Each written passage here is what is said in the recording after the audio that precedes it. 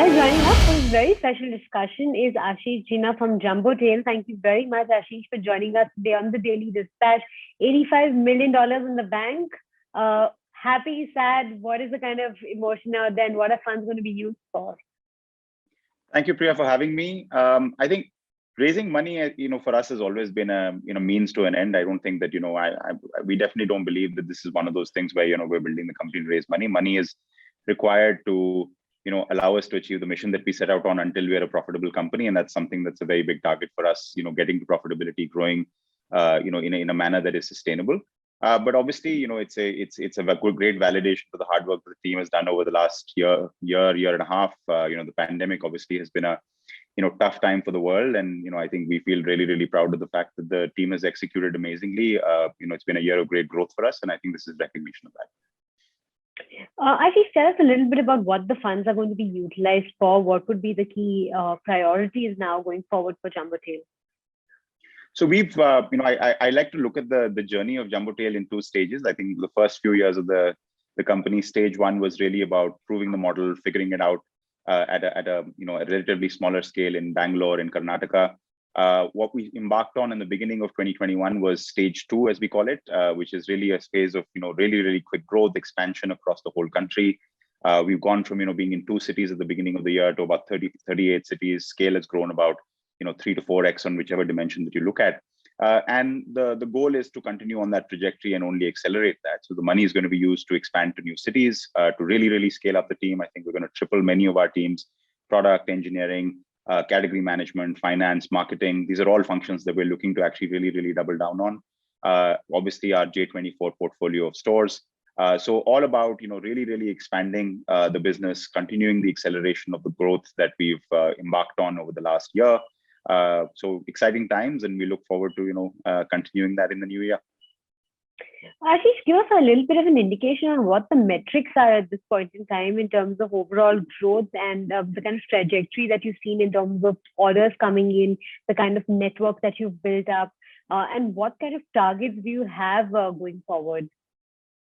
So, some of the things that we measure, Priya, are how many customers we have on the platform, number of cities. So on that, on each of those parameters, we're at about 150,000 customers on the platform, 38 different cities, towns and cities, and many, many, many, smaller towns and rural areas associated with that.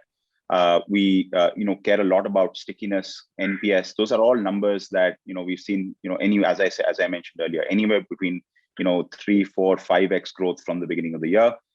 We're looking to double that, growth, very quickly, and continue on that trajectory. When you talk about the kind of growth going forward, I want to understand what would be the key focus pillars, because, when you talk about growth going forward, typically people either talk about category expansion on the platform or they talk about an inorganic kind of growth strategy. So, what would be the main priorities for you going forward? So a few things that we're going to be focusing on. I think, we have at this point about 2,000 brands and sellers on the marketplace, 150,000 retailers who buy from the marketplace. I think all of those numbers will, we intend to get to about 500,000 retailers, significantly increase the number of sellers and products on the marketplace, deepen our partnerships with brands, help a lot of regional and smaller brands really scale up on the platform. We believe there's a huge opportunity for that to happen. And obviously, also look at, expanding from, the 38 towns and cities that we're currently serving to about 100 cities over the course of next year. All right. All this in the course of 1 year. That's an ambitious growth plan out there that you have. Any chances of inorganic expansion? Will you be looking at any small token acquisitions to boost your presence further? It's not something that we've done, Priya. I think we're always open and interested in meeting good teams that are looking for a broader platform to really expand their traction and distribution on. It's something that we'd be open to looking at, but it's not something that we have very clear goals and strict strategies on at this point. It'll be more on a case-by-case basis. A final question before I let you go, Ashish, in terms of what kind of revenues you're targeting at the end of FY22 and any short to mid-term targets that you had? There's a lot of numbers. We're still in our planning exercise. I think this, this money came a little bit, we weren't actively looking, and we've been very happy to have Invest, which is a great top tier evergreen fund, which gives us the ability to actually continue to build the vision without having a very, very big clock on our heads. And I think that we're very fortunate to have them on the platform.